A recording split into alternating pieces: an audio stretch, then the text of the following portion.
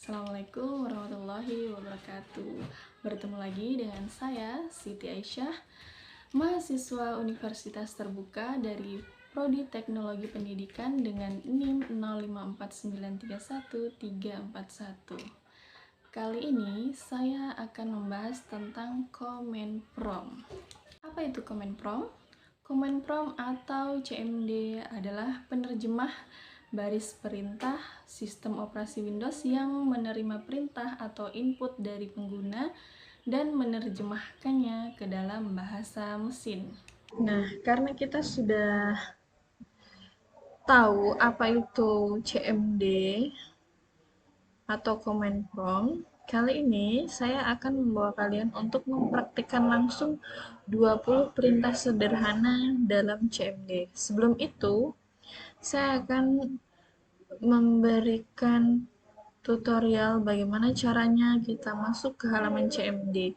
Di sini ada dua cara ya. Yang pertama, kita bisa menggunakan halaman atau kolom search di sini. Kita ketikkan CMD.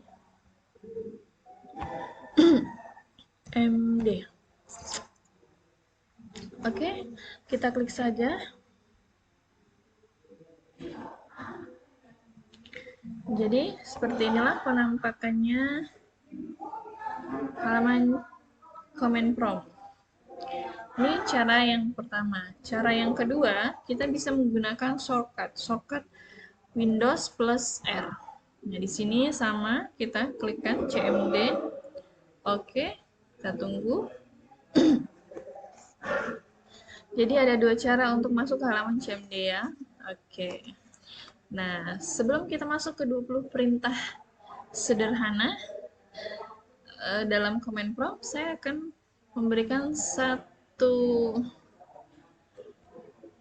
tips agar kalian merasa seperti hacker. Keren nih kayaknya ya. Oke, yaitu perintahnya color on. Nah, color on ini berfungsi untuk mengubah tulisan ini menjadi warna yang kita inginkan. Agar seperti kayak hacker-hacker beneran ya. Saya mau tulisannya berubah menjadi warna hijau.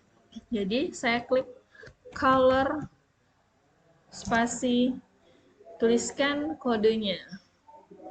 Di situ warna hijau atau green ada di kode nomor 2. Enter. Oke. Keren bukan? Oke, kali ini kita akan langsung saja masuk ke 20 perintah untuk Command Prompt. Nah, di sini perintah yang pertama yaitu cd. cd ini berfungsi berpindah direktori lain. Kita enter. Nah, jadi dia sudah berpindah ya. Lanjut. Perintah yang kedua, cls. CLS ini berfungsi membersihkan layar CMD dari teks sebelumnya. Jadi menghapus ya. Kita kembali ke awal.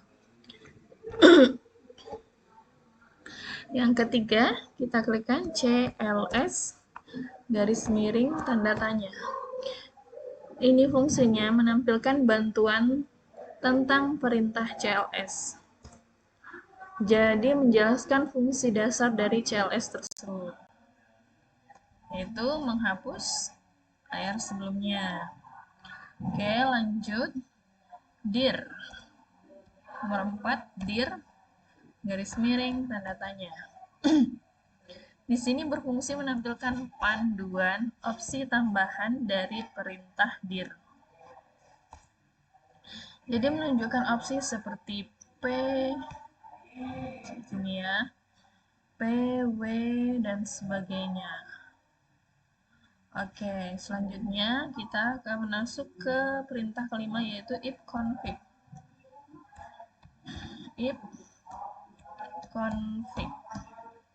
Ifconfig ini berfungsi menampilkan informasi dasar jaringan seperti IP, subnet, dan gateway. Oke, Sudah ya, jadi situ muncul daftar adaptor jaringan dengan IP masing-masing. Selanjutnya yang keenam, if config garis miring all.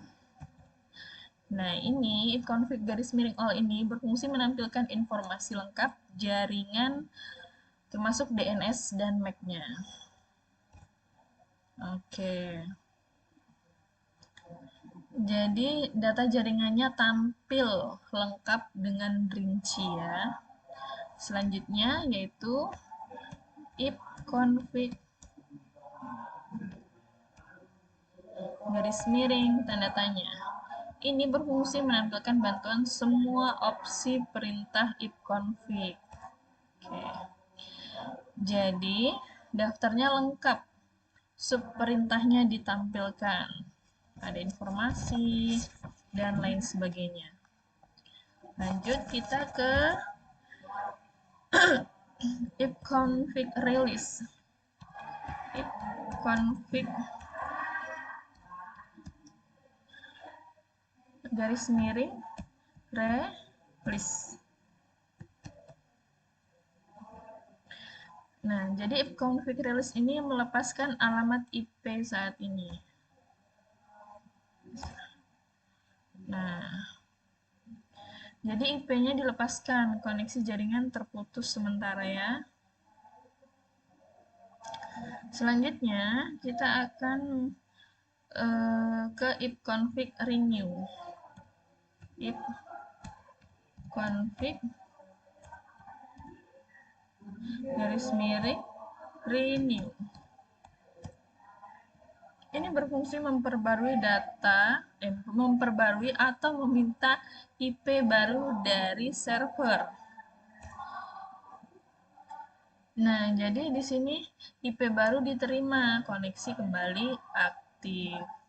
Selanjutnya, yaitu if config display DNS. If config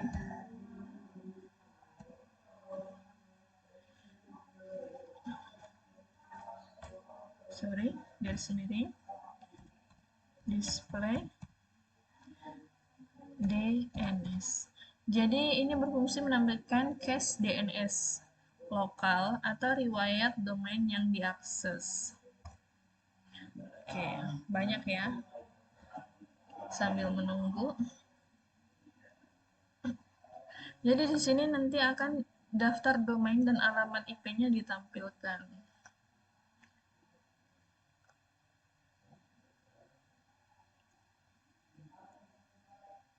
Oke. Lengkap ya.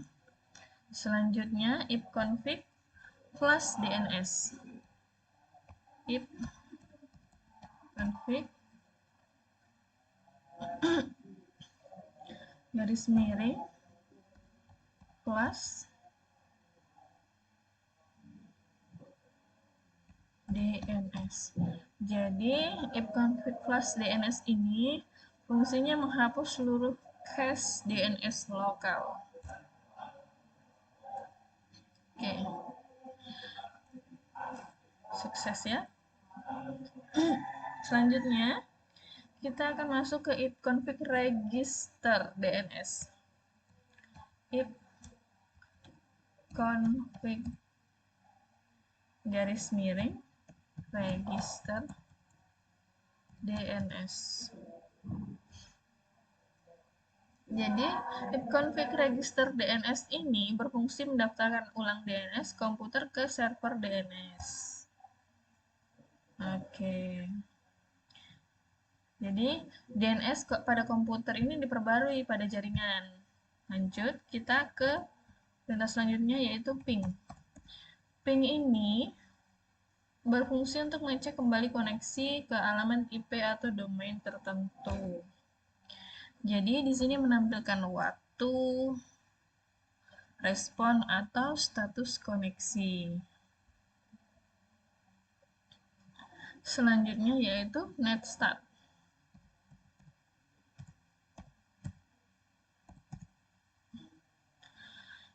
Netstart ini berfungsi menampilkan koneksi jaringan aktif dan port yang digunakan. Jadi daftar koneksi IP dan port terbuka kembali. Oke, selanjutnya ada Tracket. Tracket ini berfungsi menelusuri jalur data menuju alamat tujuan. Ditampilkan jalur lintasan data hingga tujuannya ya. Selanjutnya path-ping. Path-ping ini berfungsi menggabungkan fungsi ping dan tracket untuk analisis jaringan. Jadi laporannya lengkap waktu dan paketnya. Oh sorry salah. Tulisannya path-ping. Oke, jadi di sini laporan lengkapnya, waktu dan paketnya ya. Selanjutnya NS lookup. NS lookup ini berfungsi mengetahui alamat IP dari nama domain atau sebaliknya. IP server tujuan tampil layar CMD.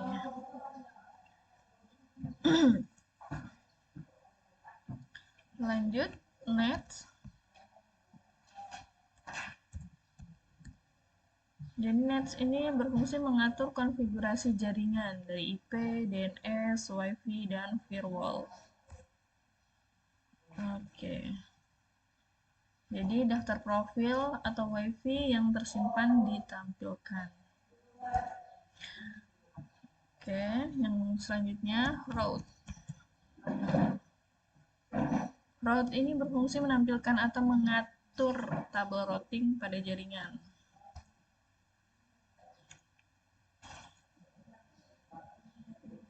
Oke, selanjutnya yang terakhir yaitu net. Net ini berfungsi mengelola user layanan dan koneksi jaringan.